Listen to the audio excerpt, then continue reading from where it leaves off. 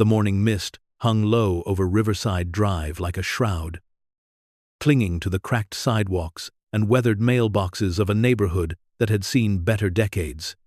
Margaret Wilson pressed her face against the cold window of the small rental house she and her husband Harold had called home for 8 years, watching the eviction team's truck idle at the curb like a hearse waiting for a funeral.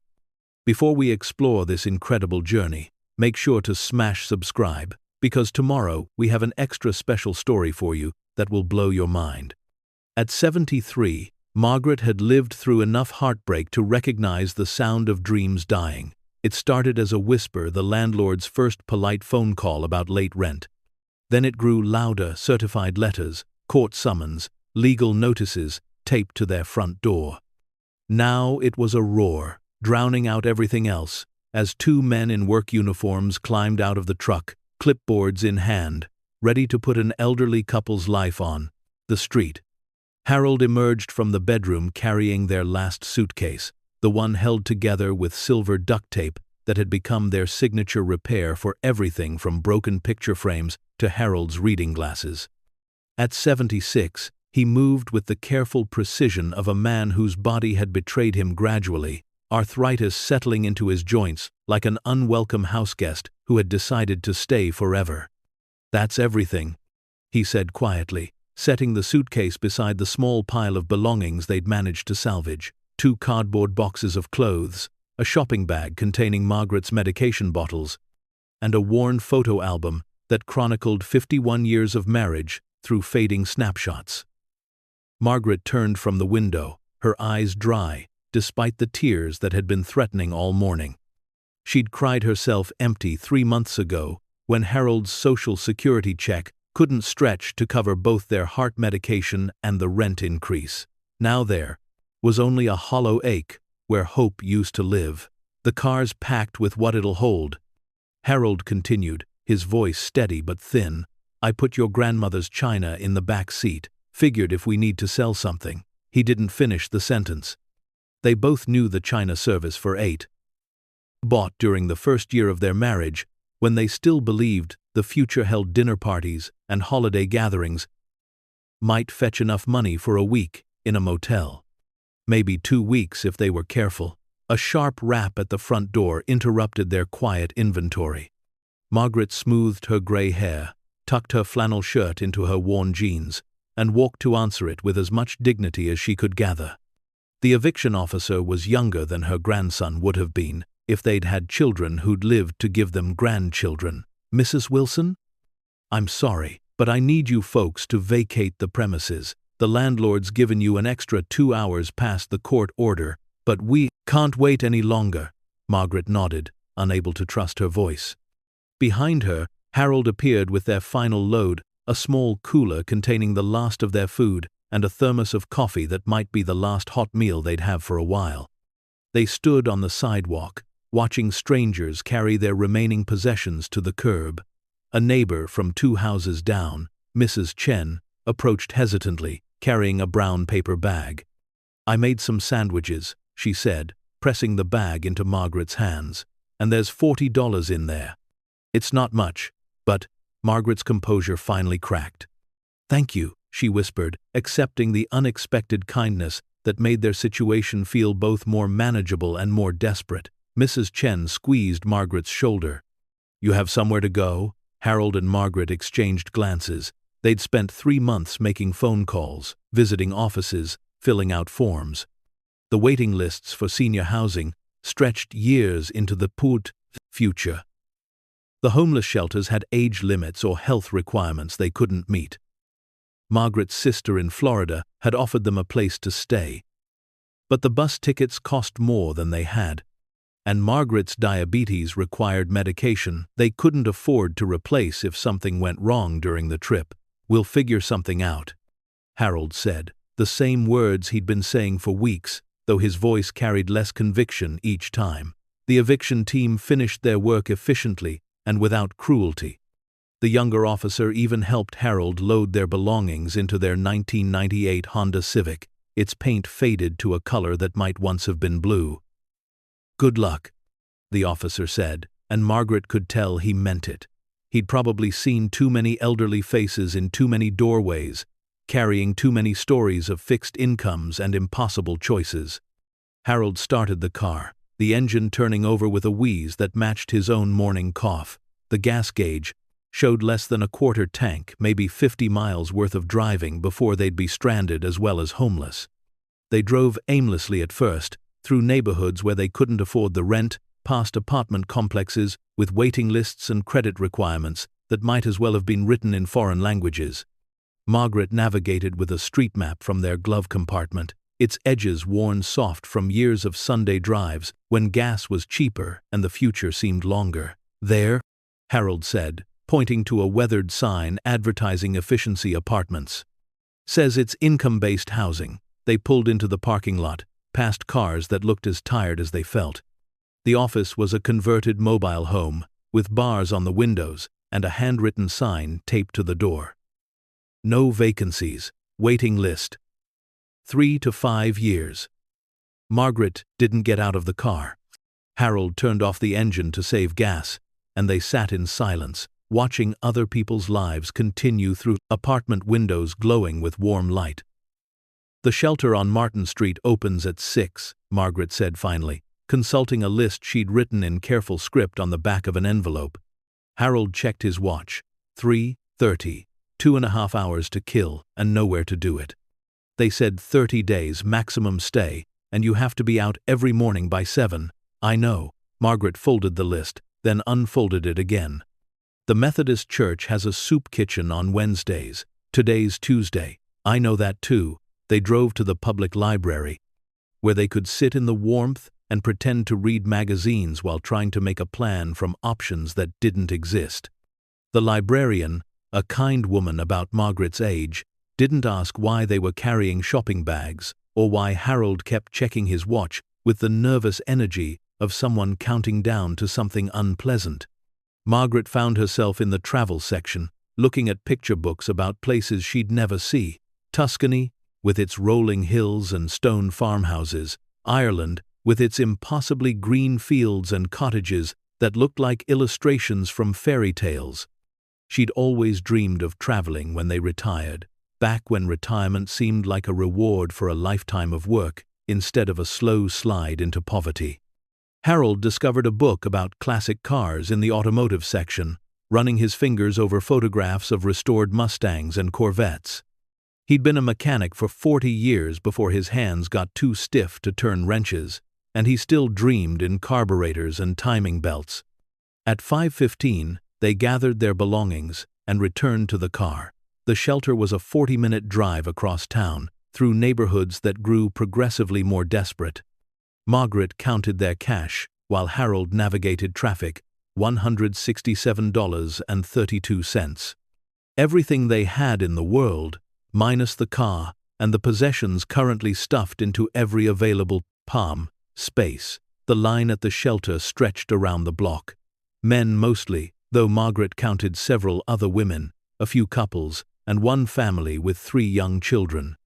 Everyone carrying the same expression of resigned dignity, the look of people who had fallen through cracks they hadn't known existed. 30-day limit. The intake worker explained when they reached the front of the line. Lights out at 10, doors locked at 11. Anyone under the influence gets turned away. No exceptions. The dormitory was a converted warehouse divided by hanging sheets into spaces barely large enough for cots and small personal belongings. The air smelled of industrial disinfectant and human desperation. Margaret lay awake, listening to an orchestra of coughs, snores, and whispered conversations, Harold's hand finding hers in the darkness. "Tomorrow," he whispered, "we'll find something better." Margaret squeezed his fingers, feeling how thin they'd gotten, how the wedding ring he'd worn for 51 years now slipped loose on his finger. "Tomorrow," she agreed, though neither of them knew what tomorrow might look like. They woke at 6 to the harsh fluorescent lights and the shuffle of people packing their belongings for another day of searching. The shelter provided coffee and day-old donuts, a small kindness that made Margaret's eyes water with gratitude she hadn't expected. Outside, the morning was crisp and gray, with the promise of rain in the heavy clouds. Harold started the car while Margaret consulted her list again. 3 more shelters to try, though the intake worker had warned them that most places in the city were full. They drove through neighborhoods where the houses got bigger and the lawns greener, past gated communities and private schools. Places where people lived so different from theirs, they might as well have been on different planets. Margaret found herself studying the houses, wondering what it would be like to have a mortgage instead of rent, to own something that couldn't be taken away with 30 days' notice. It was Harold who spotted the sign first, barely visible through a gap in the overgrown hedge that lined the narrow road. "Estate sale," he read aloud, slowing the car. "No, wait. Property sale." Margaret leaned forward, trying to make out the faded lettering on the weathered placard. "Turn in," she said impulsively. "Maybe they're selling something we can afford." The driveway was more of a path, really.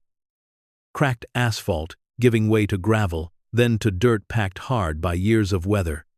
Ancient oak trees formed a canopy overhead, their branches meeting in a Gothic arch that filtered the morning light into moving patterns of gold and shadow. And then the house appeared. Margaret's breath caught in her throat. It wasn't just a house, it was a mansion, 3 stories of weathered stone and timeless architecture, with tall windows and a wraparound porch that spoke of an era when people built homes to last generations. Ivy climbed the walls in careful patterns, and despite the obvious signs of neglect, the structure itself appeared sound. "Look at that," Harold murmured, stopping the car in what had once been a circular driveway. But there was no estate sale, no cars, no people, no signs of recent activity. The mansion stood alone in its overgrown grounds, windows dark, some boarded with plywood that had weathered to gray. A tattered "No Trespassing" sign hung crooked from the front door, but the chain that had once secured it lay broken on the porch steps. Margaret got out of the car slowly, her practical mind cataloging what she saw, while her heart responded to something harder to define. The place felt abandoned, but not destroyed. Forgotten, but not beyond hope. Harold joined her, both of them staring up at the imposing facade. "How long you think it's been empty?" Margaret walked closer to the house, noting the way the weeds grew up through the porch boards, the accumulation of leaves in the corners, the general air of patient waiting that settled over neglected places. "Years?" she said. "Maybe decades." They walked around the perimeter, looking for signs of recent habitation or security systems. The grounds were extensive. Margaret counted what appeared to be a carriage house, a greenhouse with most of its glass intact, and the ruins of what might have been formal gardens. Everything overgrown and wild, but somehow still beautiful, in the way that abandoned places can be when nature begins to reclaim them. At the back of the house, they discovered that one of the basement doors hung slightly ajar, its lock long since rusted away. Harold tested it carefully, the hinges protesting with a squeal that seemed to echo forever in the stillness. "We could just look," Margaret said, though she was already moving toward the opening, "just to see what it's like inside." Harold hesitated. They weren't the kind of people who broke into places, who took what didn't belong to them. They'd raised their children until they lost them to respect other people's property, to work hard and pay their way. But they also weren't the kind of people who slept in homeless shelters at their age, and desperation had a way of rewriting the rules you'd lived by. The basement was dark and surprisingly dry. Their footsteps echoed on concrete floors as they made their way by the light of Harold's small flashlight. The air smelled of dust and old wood, but not of decay. Along the walls, they could make out the shapes of stored furniture covered by dusty sheets, boxes stacked with military precision, and shelves lined with what appeared to be canned goods. A wooden staircase led upward into the house proper. Harold tested the first step, then the second. The wood was solid, the construction sound. They climbed slowly, Harold in the lead, Margaret close behind, both of them breathing carefully in the stale air. The door at the top of the stairs opened into what had once been a kitchen, and Margaret's gasp echoed in the silence. Even covered in dust and draped in shadows, it was magnificent. The countertops were real marble, the cabinets solid wood with intricate carvings that spoke of craftsmanship from an era when such things were built to last centuries. A massive cooking range dominated one wall, professional-grade appliances that looked like they belonged in a restaurant, but it was the details that took Margaret's breath away. The hardware on the cabinets was brass, real brass that had tarnished to green but still showed its quality. The floors were wide plank hardwood, scarred by years of use but still beautiful beneath the accumulated grime. The windows, though grimy, were tall and graceful, designed to flood the space with natural light. "Margaret," Harold called softly from the doorway to the next room. "You need to see this." She followed him into what must have been the dining room, and stopped. So suddenly, she almost fell. The table was still set for dinner, not with everyday dishes, but with china so fine it seemed to glow even in the dim light filtering through boarded windows. Crystal glasses caught what little light there was and threw it back in fractured rainbows. Margaret approached the table carefully, reverently, and lifted one of the plates. The weight of it in her hands spoke of quality, and when she turned it over, she found the mark she'd learned to recognize during her years working estate sales before her marriage: Spode. Real Spode china, the kind that sold for hundreds of dollars per place setting. "There are 12 place settings," Harold said, his voice hushed with something approaching awe. "And look at this." He was examining the serving pieces arranged along the sideboard. Silver that had tarnished black but was unmistakably real, serving platters and soup tureens that belonged in museums. Margaret picked up a serving spoon, feeling the weight of it, the quality of its construction. "Harold," she whispered, "this isn't just expensive. This is," she struggled for the words, "this is museum quality." They moved through the house like visitors in a cathedral, their footsteps muffled by dust but loud in the profound silence. Each room revealed new wonders. A sitting room with furniture that looked like it belonged in a palace. A music room with a grand piano that still held its tune when Harold pressed a key. A library lined floor to ceiling with leather-bound books that appeared to be first editions, but it was the artwork that truly stunned them. Oil paintings hung on nearly every wall, some small and intimate, others massive and imposing. Landscapes that seemed to capture entire worlds, portraits with eyes that followed you across the room, still life so realistic you could almost smell the flowers or taste the fruit. Margaret had worked enough estate sales to recognize quality when she saw it, and what she was seeing defied comprehension. These weren't reproductions or decorative pieces bought to fill space. These were original works, paintings that belonged in galleries and private collections worth millions. In what appeared to be the master bedroom, they found evidence that someone had left in a hurry. Clothes still hung in the massive wardrobes, expensive garments that had been abandoned mid-season. Jewelry lay scattered across the surface of an ornate dressing table, as if someone had been selecting pieces and had been interrupted. Margaret picked up a necklace with trembling hands. Even in the dim light, she could see that the stones were real, diamonds that caught what little illumination filtered through the covered windows and threw it back in brilliant flashes. "Who leaves jewelry like this behind?" she whispered. Harold was examining a watch on the nightstand, a piece so obviously valuable it seemed to gleam despite the dust. "People who were in a hurry," he said grimly. "People who had to run. They explored for hours, each room revealing new treasures, new mysteries. The house was like a time capsule, preserved exactly as it had been when its occupants had suddenly departed. Food still sat in the pantry, though most of it had long since expired. Newspapers lay folded on tables, their headlines dating back to the late 1990s. But the most stunning discovery came when Margaret noticed something odd about the books in the library. One entire section looked different from the others, newer, cleaner, arranged with a precision that suggested they'd been handled more recently than the dust on everything else would indicate. On impulse, she pulled on one of the volumes. It didn't come free. Instead, the entire section of books swung inward like a door, revealing a hidden room beyond. "Harold!" she called, her voice tight with excitement and fear. He joined her at the opening, and together they stared into a space that defied explanation. It was small, more like a large closet, lined with filing and cabinets and safety deposit boxes, and in the center of the room sat an old-fashioned floor safe, its heavy door standing open.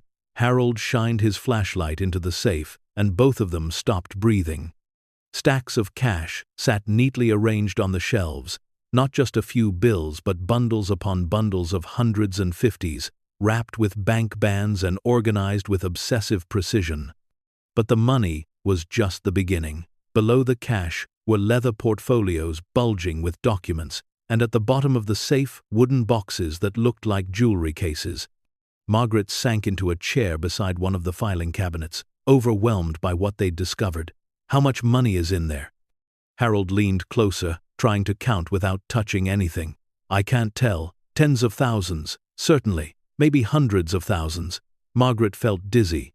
They'd been evicted from their home with less than $200 to their names, and they'd accidentally stumbled into what appeared to be a fortune hidden away and forgotten.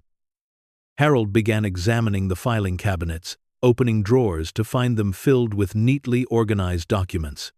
Property deeds, stock certificates, insurance papers, bank statements, all bearing names they didn't recognize. Edward and Vivienne Beaumont. Look at this, Harold said, pulling out a portfolio thick with documents, stock holdings, real estate in 3 different states, bank accounts in the Cayman Islands. Margaret joined him at the files, her experience helping Harold with his small business, making her good at reading financial documents.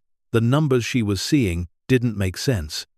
Holdings worth millions, properties across the country, investment portfolios that rivaled those of small corporations. Who were these people? She breathed. As they read through the documents, a picture began to emerge. Edward Beaumont had been involved in high-level financial services, something to do with investment management and offshore banking. Vivienne appeared to have been an art dealer, based on the numerous bills of sale and authentication certificates they found. But there was something else in the files, something that made Harold's blood run cold. Letters from lawyers, warnings about federal investigations, urgent recommendations to liquidate assets and leave the country immediately. Margaret found a newspaper clipping tucked into one of the folders, dated December 1997. Federal investigation targets, investment fraud ring. The article described a complex scheme involving stolen pension funds, money laundering, and offshore accounts designed to hide assets from both investors and the government. And at the center of it all was Edward Beaumont. They were criminals, Margaret said quietly, the pieces beginning to fall into place. They stole money and hid it here.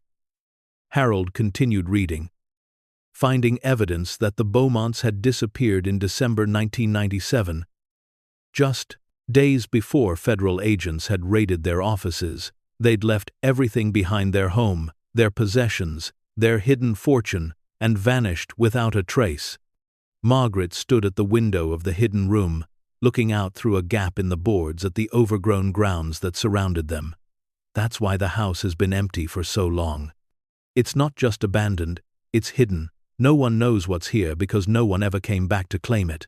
As the afternoon wore on and shadows began to lengthen through the mansion's tall windows, Harold and Margaret found themselves sitting in the library, surrounded by evidence of wealth beyond their comprehension. They were homeless, nearly penniless, and desperately in need of shelter. And they'd accidentally stumbled upon a treasure trove that had been sitting untouched for over 25 years. What do we do? Margaret asked, voicing the question they'd both been avoiding. Harold was quiet for a long time, looking around at the magnificent room with its leather-bound books and priceless paintings. I don't know, he finally admitted. This isn't ours, but it's not really anyone else's either, is it? Margaret thought about the shelter they'd spent the previous night in, about the intake workers' warning that 30 days was all they'd be allowed. She thought about their dwindling money, Harold's medication that they couldn't afford to refill, the approaching winter, and their ancient car that might not survive another month of constant driving. And she thought about the mansion around them, with its solid walls and dry rooms, its working plumbing and sturdy roof. A place where they could be warm and safe while they figured out what came next. "Just for tonight," she said finally. "Just until we can make a plan." Harold nodded, understanding the unspoken agreement between them. They weren't thieves. They weren't people who took what didn't belong to them. But they were also survivors, two elderly people who had been backed into a corner by circumstances beyond their control. That night, they made a makeshift bed in the sitting room, using cushions from the furniture and blankets they found in the upstairs linen closets. The house settled around them with the comfortable sounds of old wood and solid construction, and for the first time in months, Margaret felt safe. They weren't just homeless anymore. They were the accidental guardians of a secret that someone had hidden away and forgotten, watchers over a fortune that nobody was looking for. And as sleep finally claimed them, both Harold and Margaret knew their lives had changed forever. They just didn't yet understand how much. The first rays of dawn crept through the gaps in the boarded windows of the mansion's sitting room, painting thin lines of golden light across the dust motes that danced in the still air. Margaret Wilson stirred on the makeshift bed she and Harold had created from sofa cushions and moth-eaten blankets, her body aching from sleeping on surfaces that hadn't been designed for rest. But for the first time in weeks, she'd slept through the night without the gnawing anxiety that had become her constant companion since the eviction notice arrived. Harold was already awake beside her, lying quietly and staring up at the ornate ceiling with its intricate plasterwork and crystal chandelier that caught the morning light like a constellation of frozen stars. The silence in the mansion was profound, broken only by the settling sounds of old wood and the distant whisper of wind through the overgrown trees outside. "We're really here," Margaret whispered, her voice barely audible in the vast space. Harold turned his head to look at her, his weathered face showing a mix of wonder and apprehension. "Still feels like a dream." A very strange dream. Margaret sat up slowly, her joints protesting after the unfamiliar sleeping arrangement. Around them, the sitting room looked even more magnificent in the daylight than it had in the beam of their flashlight. The furniture, though covered in years of dust, was clearly expensive carved mahogany pieces with velvet upholstery that spoke of an era when such things were made to last generations. Oil paintings in heavy gold frames lined the walls, their subjects gazing down at the elderly couple with expressions that seemed both welcoming and mysterious. "Harold," she said, her voice gaining strength, "yesterday we were homeless. Today we're sitting in what might be the most beautiful room I've ever seen." Harold pulled himself upright, wincing as his arthritic joints reminded him of his age. "Yesterday we had $167 to our name. Today we're surrounded by." He gestured at the opulence around them. "I don't even know what to call it." Margaret stood and walked to one of the tall windows, carefully pulling back a corner of the plywood that covered it. Sunlight streamed through the gap, illuminating a view of the mansion's grounds that took her breath away. Even overgrown and wild, she could see the bones of what had once been spectacular gardens. Formal hedges had grown into green walls, flower beds had become meadows of wildflowers, and stone pathways disappeared beneath carpets of moss and fallen leaves. "It's like a fairy tale," she breathed. "A beautiful, abandoned fairy tale." Harold joined her at the window, putting his arm around her shoulders in a gesture of comfort they'd shared for 51 years. "Fairy tales usually have happy endings," he said quietly. "I'm not sure what kind of story we've walked into." The reminder of their precarious situation sobered them both. They were trespassers in a mansion that belonged to someone else, no matter how long it had been abandoned. The discovery of the hidden room and its contents had been shocking, but in the light of day, the implications were becoming clearer and more complicated. Margaret turned away from the window with new determination. "Then we need to understand our story better. If we're going to stay here even temporarily, we need to know everything we can about this place and the people who owned it." Harold nodded, understanding her practical approach. They'd survived 70-plus years by being methodical and thorough, qualities that had served them well through the Depression, multiple recessions, job losses, and the heartbreak of burying 2 children. If they were going to navigate this impossible situation, they'd need to approach it the same way they'd approached every other crisis in their lives, with careful planning and complete information. They started in the kitchen, making coffee with supplies from their car and the mansion's still functioning water system. The utilities had apparently been maintained on some kind of automatic payment system, though they couldn't tell by whom.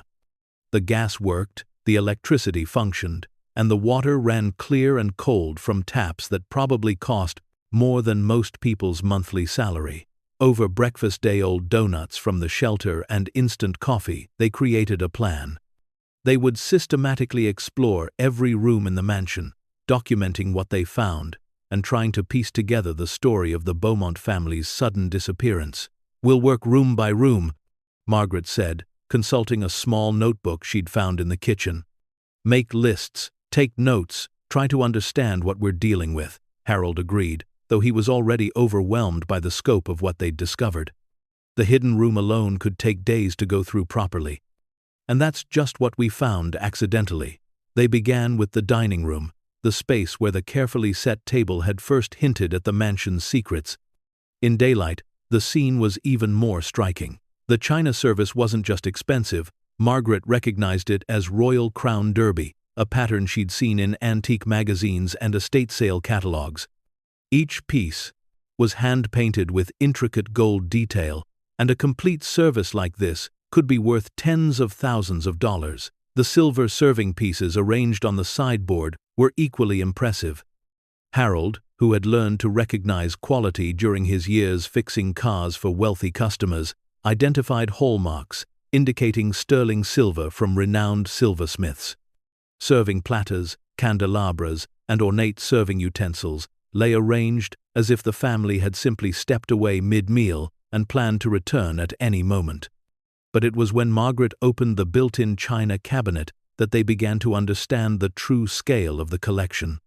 Inside were not just additional place settings, but crystal stemware that sparkled like captured rainbows, serving pieces they couldn't even identify, and decorative objects that belonged in museums rather than private homes. "Harold, look at this," Margaret said, carefully lifting a crystal bowl from the cabinet. Even in her trembling hands, it caught the light magnificently, throwing prismatic patterns across the wall. She turned it over, looking for markings. "Baccarat. This is Baccarat crystal." Harold knew the name from magazine articles about luxury goods that had always seemed as foreign to him as descriptions of life on other planets. How much would something like that cost? Margaret set the bowl down carefully, as if it might explode. "Thousands. Just this one piece, thousands." They moved through the ground floor methodically, each room revealing new treasures that challenged their understanding of wealth and luxury. The music room contained not just the grand piano they'd noticed the day before, but also a harp that appeared to be handcrafted and inlaid with gold, violin cases that looked antique and valuable, and sheet music that bore the signatures of famous composers. In what appeared to be Edward Beaumont's study, they found a desk that was itself a work of art, hand-carved mahogany with secret compartments and brass fittings that had been polished to mirror brightness. The walls were lined with books, but not ordinary books. These were leather-bound volumes that looked like first editions, many bearing the signatures of famous authors. Margaret ran her finger along the spine of what appeared to be a first-edition Hemingway, afraid to touch it but unable to resist. Who has books like this just sitting on shelves? Harold was examining a globe in the corner of the room, its surface detailed with what appeared to be hand-painted cartography. When he spun it gently, it opened to reveal a hidden bar, complete with crystal decanters and glasses. People who had more money than they knew what to do with. The living room yielded even more stunning discoveries. The furniture alone represented a fortune in antiques pieces that looked like they belonged in European castles rather than American homes. But it was the art collection that truly took their breath away. Oil paintings covered nearly every wall, and Margaret's experience with estate sales had taught her to recognize quality. These weren't reproductions or decorative pieces bought to fill space.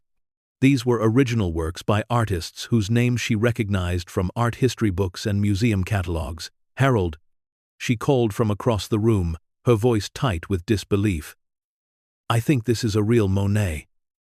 Harold joined her in front of a landscape painting that seemed to glow with captured sunlight.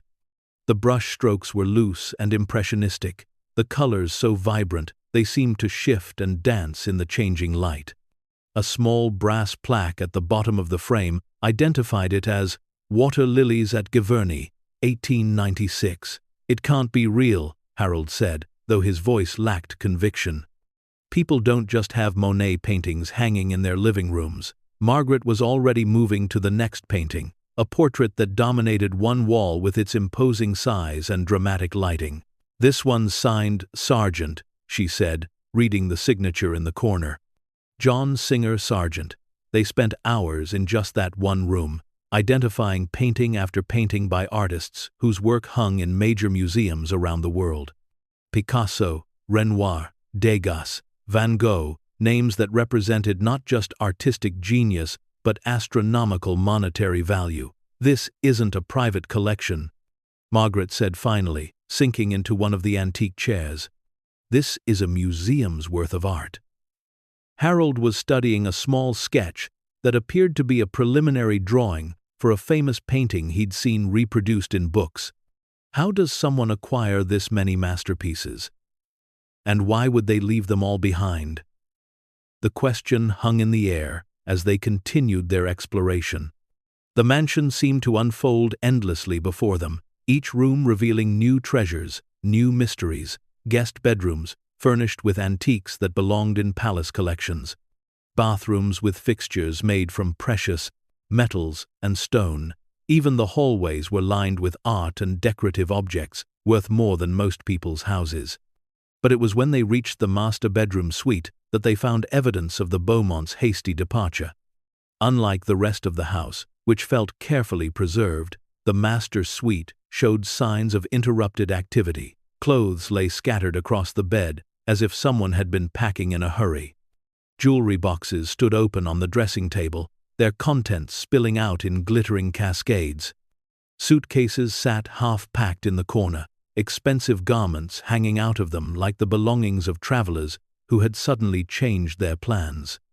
Margaret approached the dressing table cautiously, overwhelmed by the casual display of wealth. Necklaces worth more than she and Harold had ever earned lay tangled together as if they were costume jewelry.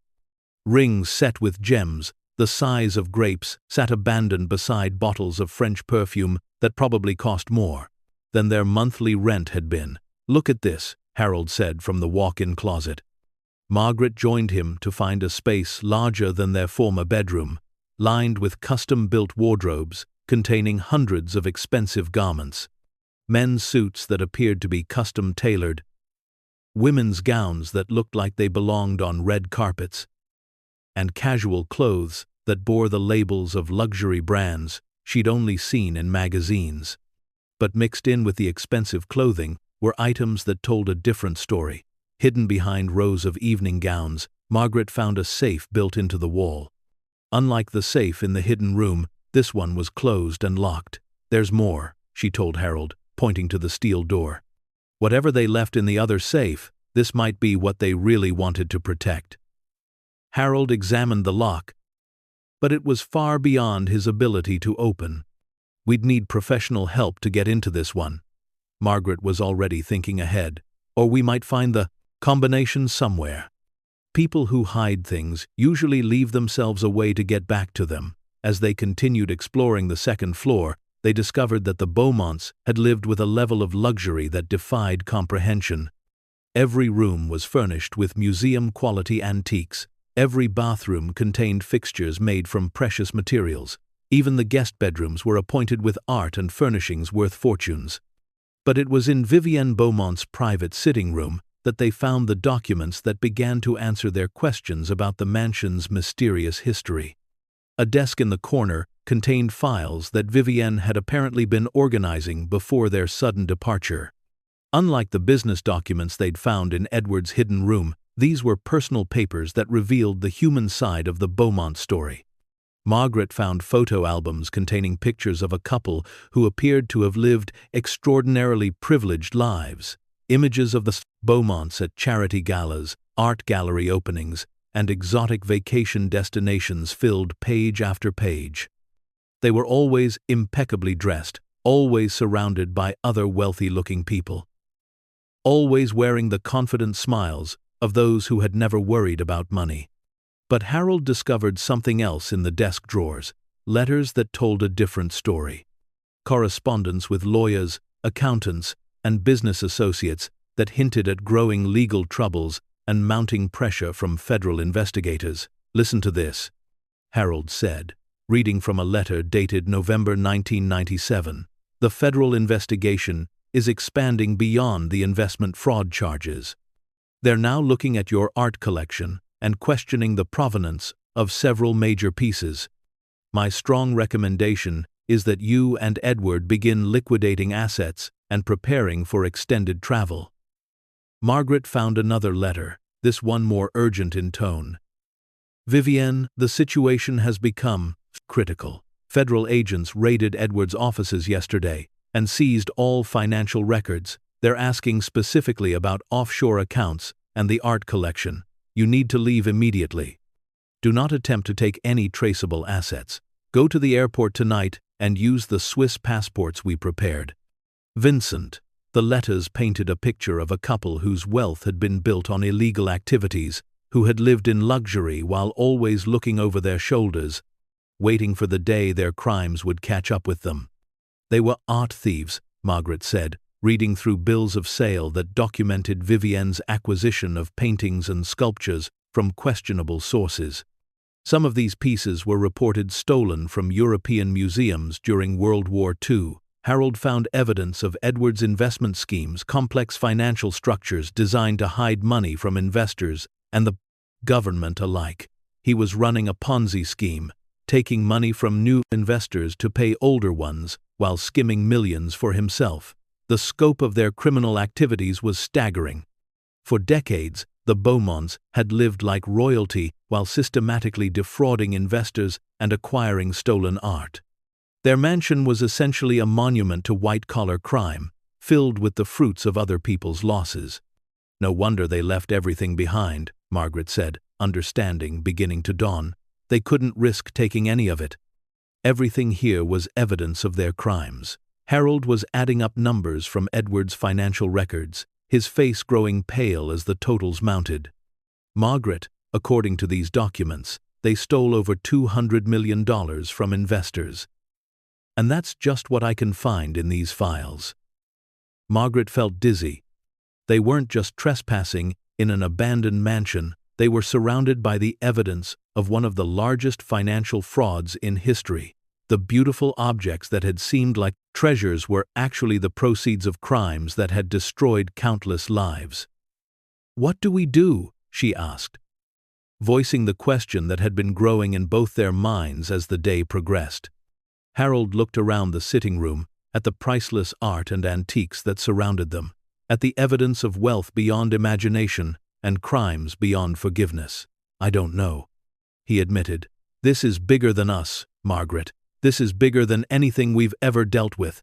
But even as he spoke, Margaret was thinking about their situation. They were 73 and 76 years old, with nowhere to go and no resources to survive.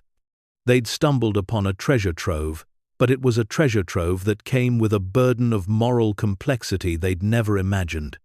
As afternoon turned to evening and shadows began to lengthen through the mansion's tall windows, they found themselves back in the hidden room behind the library, staring at the cash and documents that had started their investigation.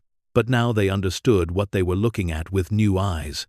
This wasn't just hidden wealth, it was stolen money that had been sitting untouched for over 25 years, while its victims suffered the consequences of its theft. Elderly people like themselves, who had lost their life savings to Edward Beaumont's schemes, who might have spent their golden years in poverty because of his greed. Margaret sat heavily in the chair beside the filing cabinets, overwhelmed by the moral weight of their discovery. Around them, millions of dollars in cash and valuables waited in silence, ownerless but not innocent. What happens next will shatter everything they thought they knew about their discovery. Reveal a connection that cuts closer to home than they ever imagined, and force them to make a choice that will define not just their future, but their very souls. Stay tuned to see how far this conspiracy reaches. If you're enjoying this story, please like, share, and subscribe for more incredible true stories. Harold opened one of the wooden boxes from the bottom of the safe, revealing jewelry that made Vivienne's abandoned pieces upstairs look modest by comparison. Necklaces with stones so large they seemed impossible, bracelets heavy with gold and precious gems, rings that caught the light like miniature suns. Each piece was carefully labeled with acquisition dates and values that made Margaret's head spin. This one necklace, Harold read from a small card attached to a diamond collar, purchased Geneva, July 1993, $4.2 million. Margaret stared at the glittering piece. That's more than we made in our entire working lives. But as Harold continued examining the jewelry collection, he found something that made his blood run cold. At the bottom of one of the boxes, beneath layers of velvet, was a folder containing insurance claims and police reports. "Margaret," he said, his voice tight with new understanding, "these pieces weren't just expensive, they were stolen." The documents detailed thefts from private collections, museum break-ins, and insurance frauds spanning decades. The Beaumonts hadn't just been financial criminals, they'd been part of an international network of art and jewelry thieves. Margaret took the folder with trembling hands, reading through police reports from Paris, London, Geneva, and New York. Millions of dollars in art and jewelry had disappeared over the years, and much of it was apparently sitting in the room around them. They weren't just thieves, she whispered. They were professional criminals. This was their business. Harold found more evidence in the filing cabinets, correspondence with dealers who specialized in moving stolen goods, authentication documents that had been forged, and bills of sale that created false histories for priceless stolen objects. The mansion wasn't just a home, it was a warehouse for stolen treasures, a place where criminals had hidden the fruits of decades of theft and fraud. As night fell, and they sat surrounded by evidence of crimes that spanned continents and decades, Harold and Margaret realized they were facing a choice that would define the rest of their lives. They could walk away from the mansion and return to their desperate search for shelter, leaving behind wealth beyond imagination but keeping their consciences clean. Or they could stay, becoming reluctant custodians of a criminal empire's abandoned treasure, knowing that every beautiful object around them represented someone else's loss. Margaret looked at Harold in the dim light of their flashlight, seeing her own moral struggle reflected in his weathered face. "The people they stole from," she said quietly. "Some of them might still be alive, still suffering from what was taken from them." Harold nodded, understanding the weight of her words. "Like us. People who lost everything and had nowhere to turn." The irony wasn't lost on either of them. They were homeless and desperate, surrounded by stolen wealth that had been taken from people who might have ended up just like them, elderly, forgotten, and struggling to survive. But they also couldn't ignore the practical reality of their situation. Winter was coming, their money was nearly gone, and their car wouldn't last much longer. The mansion offered them not just shelter, but the possibility of transforming their lives completely. "There has to be a right way to handle this," Margaret said, though her voice carried more hope than conviction. Harold was quiet for a long time, thinking through the impossible complexity of their situation. "Maybe there is," he said finally. "But we're going to need help to find it." As they prepared to spend another night in the mansion, both Harold and Margaret knew their lives had changed in ways they were only beginning to understand. They were no longer just homeless senior citizens looking for shelter. They were the accidental guardians of evidence that could solve crimes, restore stolen property, and maybe, just maybe, find a way to turn a legacy of theft into something resembling justice. But first, they had to survive long enough to figure out how. The mansion settled around them, with its familiar sounds of old wood and distant wind, keeping its secrets as it had for 25 years. But now those secrets had guardians who understood their weight, witnesses who could tell their story, and perhaps, for the first time since the Beaumont's midnight flight, hoped that the truth might finally come to light. Tomorrow would bring new discoveries, new complications, and new choices that would test every moral principle they'd lived by. But tonight, as they lay on their makeshift bed, surrounded by the evidence of other people's crimes and losses, Harold and Margaret Wilson knew they were no longer just victims of circumstance. They were players in a story much larger than themselves, and the ending was theirs to write. Margaret Wilson woke, on their third morning in the mansion, to the sound of rain drumming against the tall windows, a steady percussion that seemed to echo the anxiety building in her chest. Harold was already awake beside her, sitting up on their makeshift bed with a manila folder open in his lap, reading by the gray light that filtered through the gaps in the boarded windows. "Couldn't sleep either?" she asked, pulling the dusty blanket closer around her shoulders. Harold looked up from the documents he'd been studying since before dawn. "I kept thinking about something we found yesterday, about the timing of when the Beaumonts disappeared." Margaret sat up, instantly alert.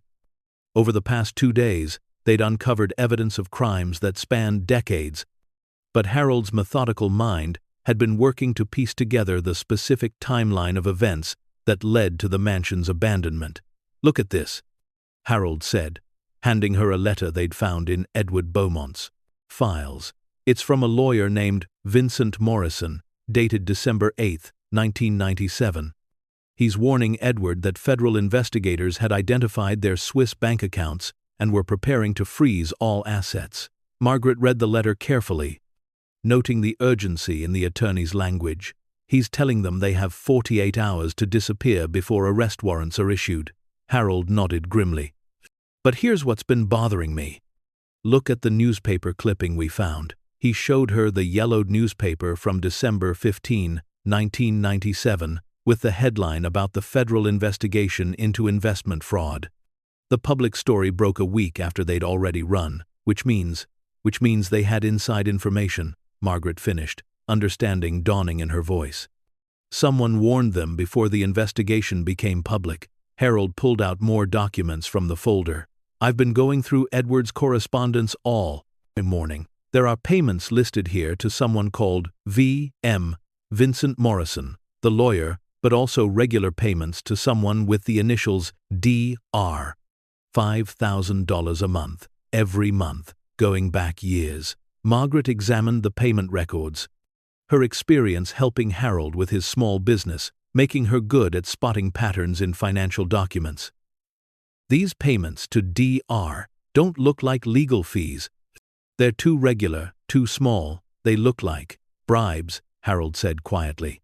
Someone inside the federal investigation was feeding them information. The implications of this discovery hit them both simultaneously. The Beaumonts hadn't just been thieves, they'd corrupted federal law enforcement, buying themselves years of protection while they continued their crimes. "If there was a federal agent taking bribes," Margaret said slowly, "then this case is bigger than just art theft and investment fraud." Harold was already thinking ahead, his practical mind working through the complications. And if that agent is still alive, still in government, Margaret didn't need him to finish the thought. If they came forward with evidence of federal corruption, they wouldn't just be exposing long-dead criminals. They'd be threatening people who might still have power, still have connections, still have reasons to keep the truth buried. The sound of gravel crunching in the driveway made them both freeze. Harold moved carefully to the window, peering through a gap in the boards. A black sedan had pulled up to the mansion, its windows tinted dark against the gray morning. "Someone's here," Harold whispered, his voice tight with fear. Margaret joined him at the window, her heart pounding as they watched 2 men in dark suits get out of the car. They moved with the measured precision of law enforcement, surveying the mansion's exterior before approaching the front door. The knock, when it came, was firm and authoritative. 3 sharp raps followed by a voice that carried clearly through the mansion's thick walls. "Federal agents. We need to speak with whoever is on the premises." Harold and Margaret exchanged terrified glances.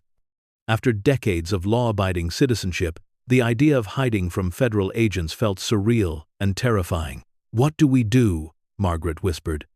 Harold was already moving, gathering the documents they'd been studying. "Hide these. If they find us, we can't let them know what we've discovered." They quickly concealed the most incriminating evidence in the hidden room behind the library, keeping only the basic property documents that might explain their presence. Then they made their way to the front door, hands shaking as Harold turned the deadbolt they'd engaged for security. The two agents standing on the porch looked exactly like what Central Casting would order for federal investigators.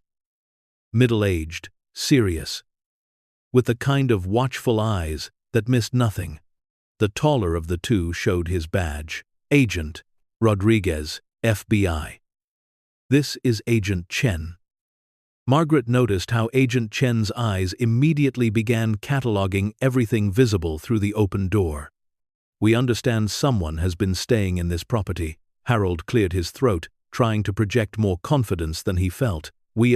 "Yes, my wife and I. We're homeless, and we needed shelter." Agent Rodriguez made notes in a small pad. "How long have you been here?" Margaret answered before Harold could respond. 3 days. We didn't break anything to get in." The basement door was already open. Agent Chen stepped slightly to the side, trying to see more of the mansion's interior. "Are you aware this property is under federal investigation?" The question hit Harold like a physical blow. "Investigation for what?" The previous owners, Edward and Vivienne Beaumont, were wanted for federal crimes when they disappeared in 1997, Agent Rodriguez explained. "We've received information suggesting there may be evidence still hidden on the property." Margaret felt her knees weaken. Someone knew about the mansion's secrets. Someone had tipped off the FBI. "We haven't seen anything unusual," Harold said, technically truthful, since extraordinary wealth had become their new normal.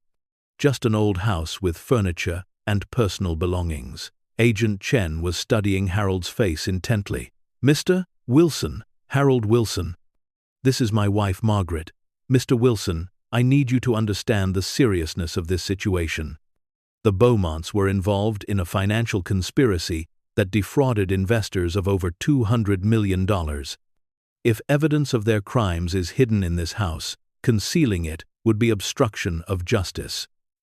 The number 200 million matched exactly what Harold had calculated from Edward's financial records. Someone had provided the FBI with very specific information. Agent Rodriguez was consulting his notes. "We have a warrant to search the premises. I need you both to step outside while we conduct our investigation." Margaret's heart sank. If federal agents searched the mansion thoroughly, they'd find the hidden room, the cash, the stolen art, everything. And Harold and Margaret would be arrested as accessories to crimes they'd only just learned about. But as they stood on the porch watching the agents begin their search, Margaret noticed something odd. Agent Chen kept checking his watch and phone, as if he was waiting for something or someone. "Agent Rodriguez," Margaret said impulsively.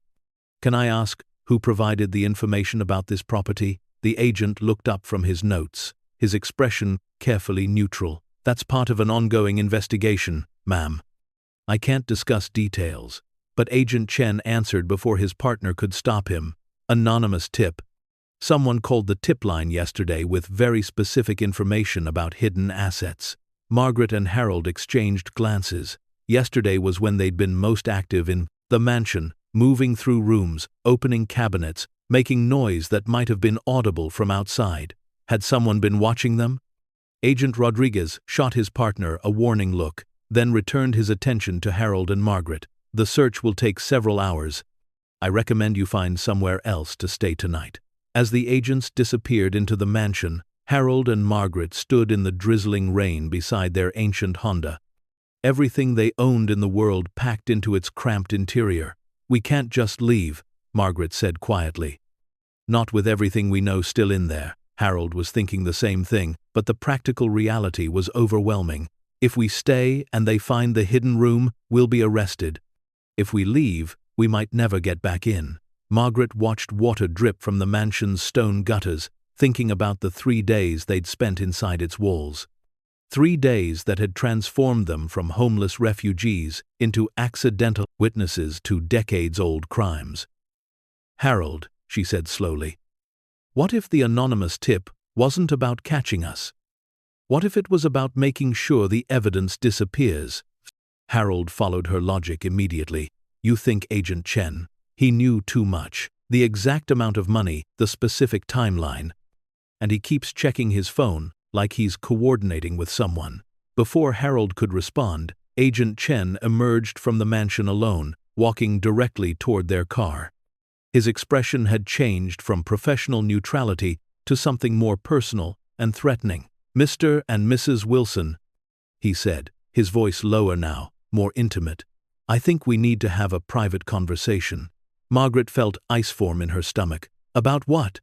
Agent Chen glanced back toward the mansion, where they could hear Agent Rodriguez moving through the rooms. "About what you've really found in there. And about what's going to happen to it." Harold stepped protectively closer to Margaret. "I'm not sure what you mean." Chen smiled, but it was cold and calculating. "I mean the 2.3 million in cash, sitting in the safe behind the library. I mean the stolen Monet and the Van Gogh in the living room. I mean the jewelry collection worth more than most people will see in 10 lifetimes." Margaret's blood turned to ice water. Chen knew everything, down to specific details about what they'd found. "Here's what's going to happen," Chen continued, his voice taking on the tone of someone used to being obeyed. "My partner is going to finish his search and find nothing of significance. You're going to disappear and never mention what you saw in that house. And the contents of that mansion are going to be quietly relocated to more appropriate ownership." Harold found his voice, though it shook with anger and fear. "You're stealing it." Chen's smile widened. "I'm recovering assets that have been missing for 25 years, assets that officially don't exist because they were never properly reported. No one's going to miss what was never supposed to be there." Margaret realized they were looking at corruption that went even deeper than they'd suspected. Agent Chen wasn't just aware of the mansion's contents, he was planning to steal them himself. "What about the victims of the original fraud?" Margaret asked, her voice stronger than she felt. "The people Edward Beaumont stole from." Chen's expression hardened. "Ancient history. Most of them are dead by now anyway." The callousness of his response ignited something fierce in Margaret's chest. Those victims weren't ancient history, they were people like her and Harold, elderly Americans who'd trusted the wrong person and lost everything. "And if we don't cooperate?" Harold asked. Chen's hand moved casually to his jacket, where Margaret could see the outline of a shoulder holster. "Trespassing, burglary, receiving stolen property, obstruction of justice. I can think of a dozen charges that would stick. At your age, even a short prison sentence would be effectively a life sentence." Agent Rodriguez's voice echoed from inside the mansion as he called out to his partner. Chen checked his watch again. "I need an answer now," Chen said. "Walk away and live quietly, or stay and face the consequences." Margaret looked at Harold, seeing her own anger and determination reflected in his weathered face. They'd spent their entire lives following rules, respecting authority, trusting that the system would protect people like them. But standing in the rain facing a corrupt federal agent who planned to steal millions while threatening to destroy their lives, she realized that sometimes the system was the enemy. "We need a minute to discuss this," Harold said carefully. Chen nodded. "1 minute. Then I go tell my partner you've been concealing evidence, and your decision gets made for you." As Chen walked back toward the mansion, Margaret grabbed Harold's arm. "We can't let him get away with this." Harold was already thinking ahead. "The documents we hid, the evidence of the original crimes. If Chen is planning to steal everything, he'll destroy the evidence that could identify the real victims." Margaret felt something crystallize in her mind, a clarity she hadn't experienced since they'd first walked into the mansion. "Then we need to get that evidence out before he can destroy it." Harold stared at his wife of 51 years, seeing a determination in her eyes that reminded him of the young woman who'd agreed to marry a poor mechanic because she believed they could build something good together. "Margaret, if we cross Chen, there's no going back. We'll be fugitives, criminals in the eyes of the law." Margaret looked back at the mansion, where they'd found 3 days of safety and warmth, where they'd discovered wealth beyond imagination and crimes beyond forgiveness. Harold, those people Beaumont stole from, they were like us, elderly, trusting, vulnerable. If we walk away, now, their suffering was for nothing. Harold understood immediately. This wasn't just about them anymore. It was about justice for victims who'd been forgotten, about preventing Agent Chen from profiting from decades-old crimes, about doing what was right even when the law itself was corrupt. "How do we get back inside?" Harold asked. Margaret was already formulating a plan. "The greenhouse. There's a door from the garden that connects to the conservatory. I noticed it yesterday, but didn't mention it." Harold checked his watch. They had maybe 20 minutes before Chen would expect their answer. Maybe an hour before the FBI search was complete. "If we're going to do this," Harold said quietly, "we need to do it right. Get the evidence, get out, and get it to someone who can use it properly." Margaret nodded, her mind already working through the logistics. "But who can we trust? If Chen is corrupt, how do we know who else might be involved?" The answer came to Harold suddenly. "The media. Investigative reporters. They love stories about government corruption and stolen art." Margaret smiled grimly. "And they love stories about elderly people fighting the system." As Agent Chen emerged from the mansion and began walking back toward them, Harold and Margaret Wilson made the decision that would transform them from victims into witnesses, from refugees into fighters. They were about to become the most wanted elderly couple in America.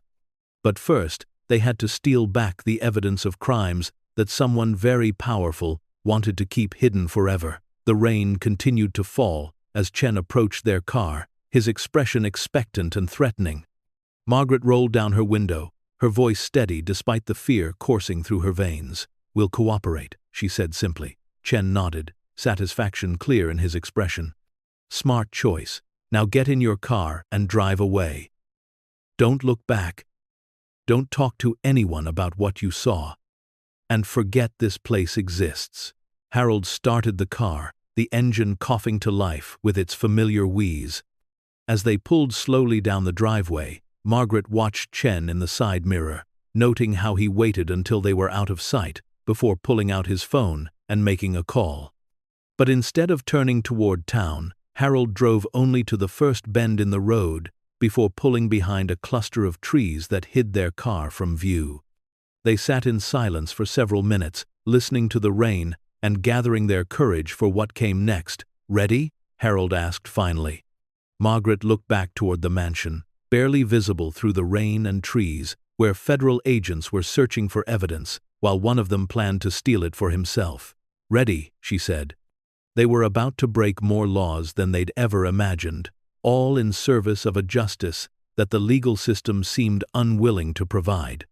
But first, they had to make it back inside the mansion without being caught. And time was running out. The rain had intensified by the time Harold and Margaret reached the back of the mansion, their clothes soaked and their hearts pounding with a mixture of fear and determination that neither had felt since their youth. Moving through the overgrown gardens in daylight felt impossibly exposed, but they had no choice. Agent Chen's corruption had forced them into a desperate gamble that could either vindicate the victims of decades-old crimes or destroy what remained of their own lives. Margaret led the way through the tangle of wild roses and overgrown hedges, following the path they'd discovered during their systematic exploration of the property. The greenhouse door hung crooked on its hinges, swollen wood protesting as Harold forced it open just wide enough for them to slip inside. The conservatory beyond was a jungle of dead plants and broken glass, but it connected directly to the mansion's main hall through French doors that had been left unlocked. They moved through the abandoned space like shadows, listening for any sound that might indicate Agent Rodriguez had expanded his search to this part of the building.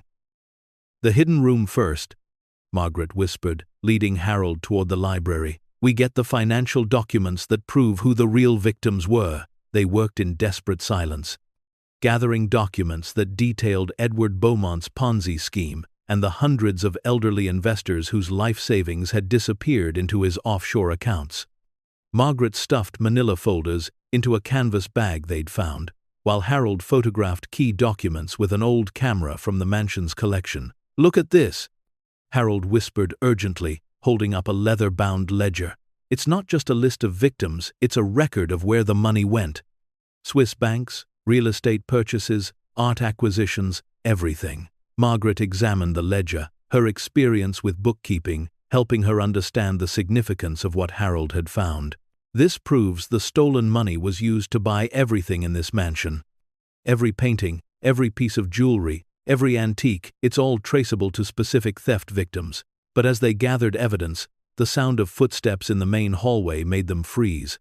Agent Chen's voice carried clearly through the mansion's acoustic spaces. "Rodriguez, any luck with the basement?" Chen was asking, though his tone suggested he already knew the answer.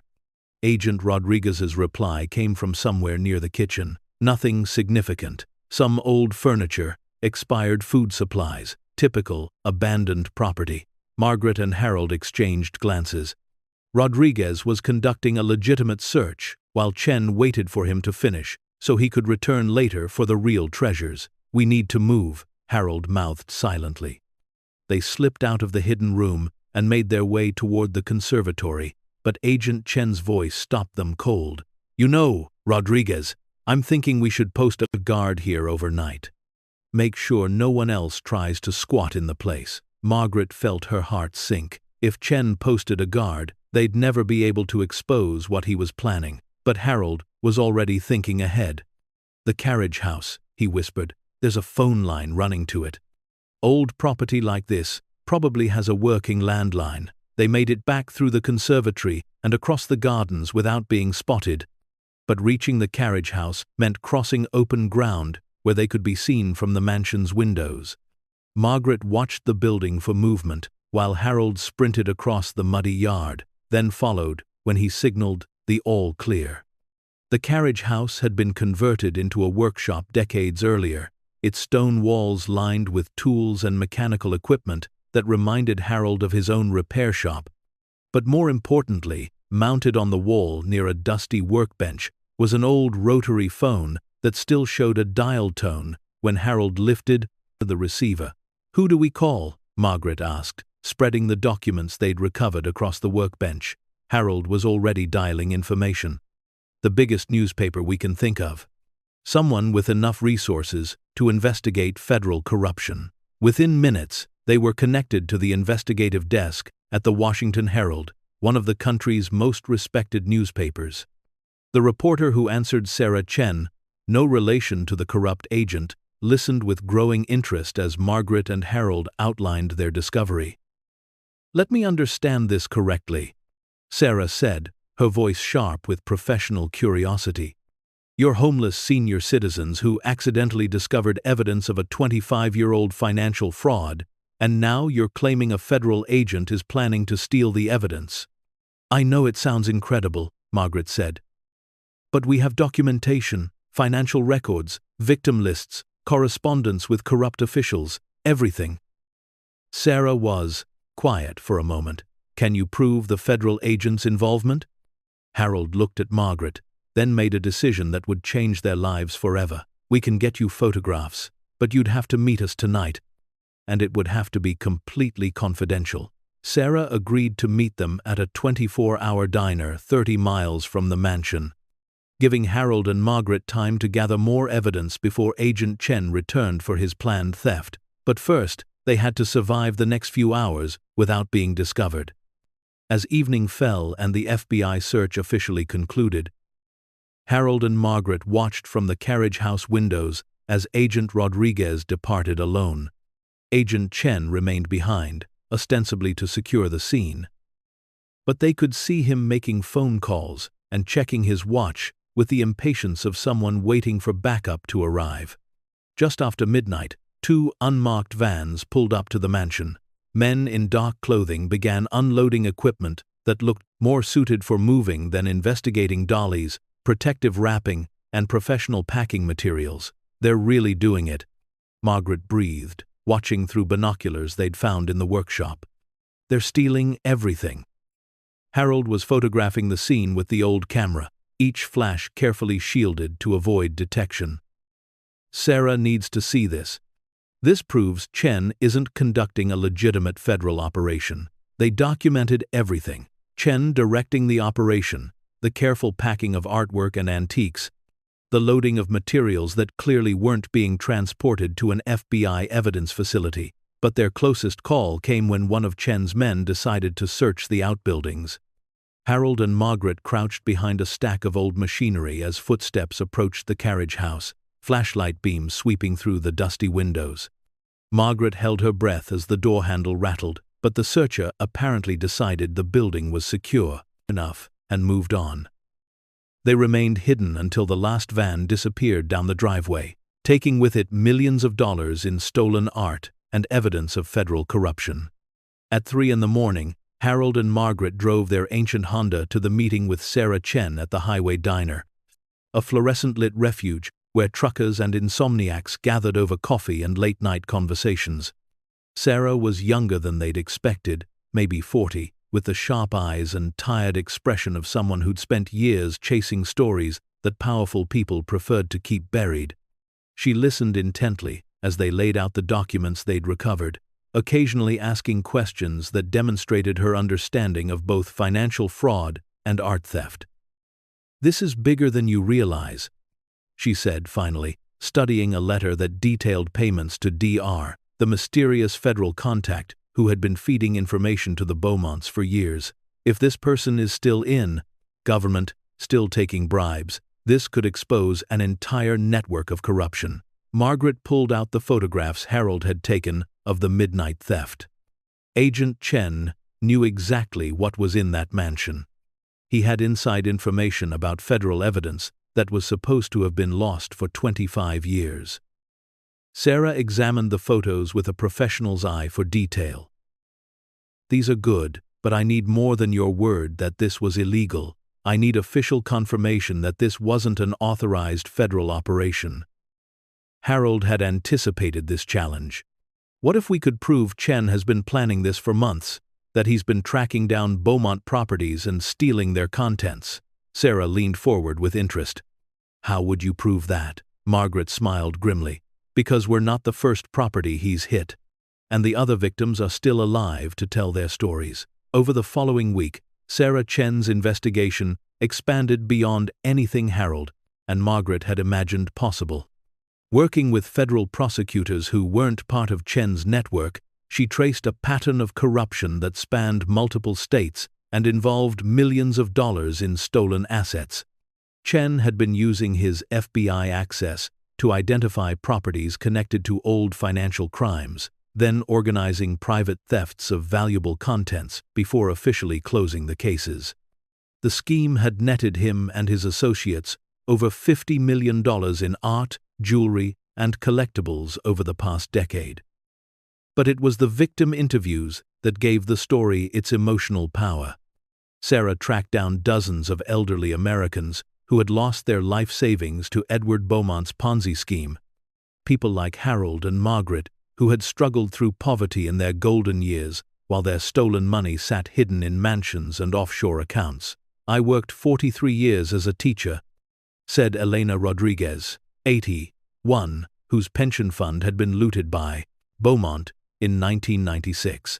"I trusted him because he said he specialized in investments for educators. When the money disappeared, I had to choose between medication and food. I'm still making that choice every month." Margaret cried when she read Elena's interview, thinking about how close she and Harold had come to a similar fate. They'd been lucky their poverty was the result of medical bills and fixed incomes, not deliberate fraud. But they understood the helplessness, the anger, and the sense of abandonment that came with watching the system fail to protect the people who needed it most. When the Washington Herald published Sarah's investigation, a 6-part series titled The Mansion of Stolen Dreams, the public response was immediate and overwhelming. Agent Chen was arrested within hours of the first article's publication, charged with theft of government property, conspiracy, and obstruction of justice. The raids on storage facilities connected to his operation recovered millions in stolen art and collectibles. But the most significant development came when federal prosecutors announced they were reopening the Beaumont case and establishing a victim compensation fund using the recovered assets.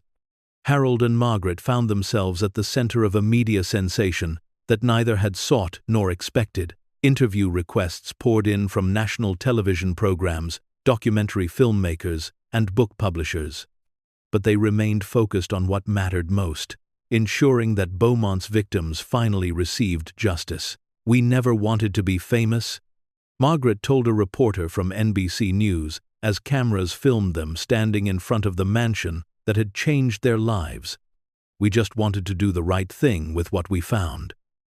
The legal proceedings that followed were complex and often confusing, but the outcome exceeded everyone's expectations.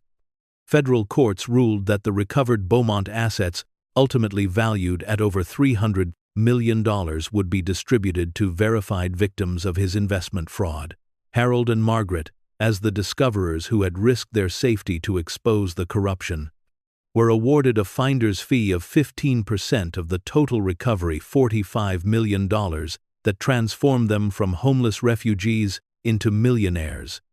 But wealth, they discovered, brought responsibilities they had never imagined. The first letter arrived 3 weeks after their story became public. It was handwritten on lined notebook paper by a woman named Dorothy Martinez in Phoenix, Arizona. "Dear Mr. and Mrs. Wilson," Dorothy wrote, "I saw your story on the news and wanted to thank you. My husband invested our retirement savings with Edward Beaumont in 1995. We lost everything. Miguel died in 2008, still believing he had failed to provide for me. The compensation check I received because of your courage means I can finally afford a proper headstone for his grave. Thank you for giving me the chance to honor my husband's memory." Margaret read the letter aloud to Harold as they sat in the hotel suite that had become their temporary home while they decided what to do with their unexpected fortune. The simple gratitude in Dorothy's words carried more weight than any amount of money could provide. "There are probably hundreds of people like Dorothy," Harold said quietly. "People who never expected to see justice in their lifetimes." Margaret folded the letter carefully, adding it to the growing stack of correspondence they'd received from Beaumont's victims. "Then we need to make sure they know they haven't been forgotten." The decision to establish the Beaumont Justice Foundation came naturally to them. Instead of retiring into luxury, Harold and Margaret chose to dedicate their remaining years to helping elderly victims of financial fraud rebuild their lives. They purchased a modest house in the same town, where the mansion stood not out of nostalgia, but because they'd come to see the place as the beginning of their true life's work. The foundation operated out of offices they established in what had been the mansion's carriage house, the same building where they'd hidden while documenting federal corruption. The mansion itself became a museum dedicated to educating the public about financial crimes targeting seniors. Visitors could tour the rooms where the Beaumonts had displayed their ill-gotten wealth, while learning about the real people whose savings had paid for such luxury. The hidden room behind the library was preserved exactly as Harold and Margaret had found it, a powerful reminder of how criminals hide their stolen treasures. Margaret served as the foundation's director, using her experience with estate sales and financial documentation to help other fraud victims navigate the complex process of asset recovery. Harold managed the foundation's educational programs, sharing their story with law enforcement, agencies, and community groups across the country. But their greatest satisfaction came from the personal connections they made with the people their discovery had helped. Elena Rodriguez, the retired teacher, became a close friend and volunteer. Dorothy Martinez traveled from Arizona to attend the foundation's first anniversary celebration. Dozens of other victims found not just financial compensation but a community of people who understood their experience. "We thought our story ended when we were evicted," Margaret told an audience at a conference on elder abuse prevention. "We were wrong. Our real story was just beginning." Harold and Margaret's work attracted national attention and resulted in significant changes to federal law enforcement procedures. The Wilson Protocol now requires multiple agent oversight for investigations involving high-value assets, making corruption like Agent Chen's much more difficult to hide. But perhaps their most important legacy was demonstrating that age and circumstances don't define a person's capacity for heroism. At 73 and 76, they had found the courage to challenge federal corruption and fight for justice, inspiring others to believe that it's never too late to make a difference. 5 years after their eviction, Harold and Margaret stood once again in the mansion's library, but now as honored guests at a ceremony dedicating the space as the National Center for Financial Crime Victim Services. Attorney General Patricia Williams presented them with the Presidential Medal of Freedom, the nation's highest civilian honor. Harold and Margaret Wilson remind us that heroes don't always come in the forms we expect. The Attorney General said to the gathered audience of fraud victims, law enforcement officials, and government leaders, "Sometimes they're elderly Americans who lose everything but refuse to lose their sense of justice." Margaret accepted the medal with tears in her eyes, thinking about the journey that had brought them from homelessness to the highest recognition their country could offer. But the moment that meant the most came afterward, when Elena Rodriguez approached them with her granddaughter, a college student studying criminal justice. "I want you to meet Maria," Elena said, her voice proud. "She's going to be a prosecutor.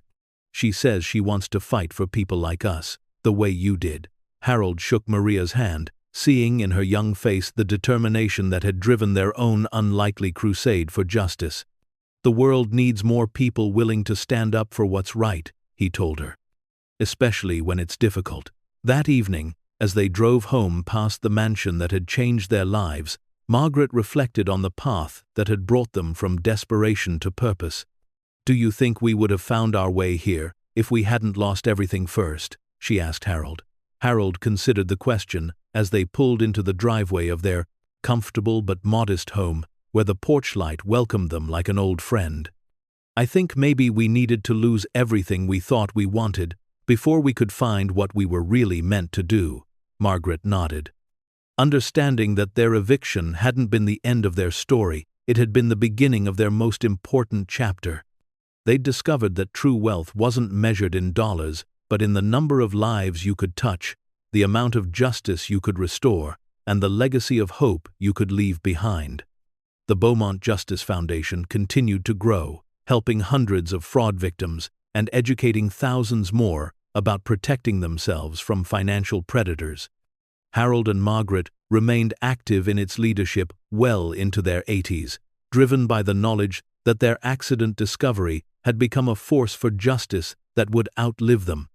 And sometimes, late at night, when the foundation offices were quiet and the mansion stood, sentinel in the moonlight, Margaret would remember that desperate morning when they'd driven up a forgotten driveway looking for shelter, and marvel at how losing everything had led them to find everything that truly mattered.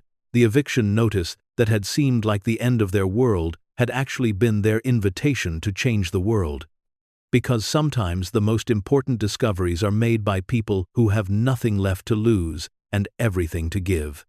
Anyone can become a force for justice if they're brave enough to stand up when it matters most, wise enough to see opportunity in adversity, and strong enough to fight for people who can no longer fight for themselves. For Harold and Margaret Wilson, what began as a search for shelter became a mission to restore hope, dignity, and justice to people who had been told their losses didn't matter. They proved that heroes come in all ages, that courage has no expiration date, and that the most powerful force in the world is ordinary people who refuse to accept that injustice is inevitable. Their story reminds us that every ending is really a beginning, every loss an opportunity for something greater. And every person, no matter how forgotten by the world, has the potential to leave a legacy that echoes through generations. The end. Up next, 2 more incredible true stories that will restore your faith in the power of ordinary people to do extraordinary things. Click to continue this amazing journey with us. And don't forget to hit subscribe if you believe that justice delayed is not justice denied.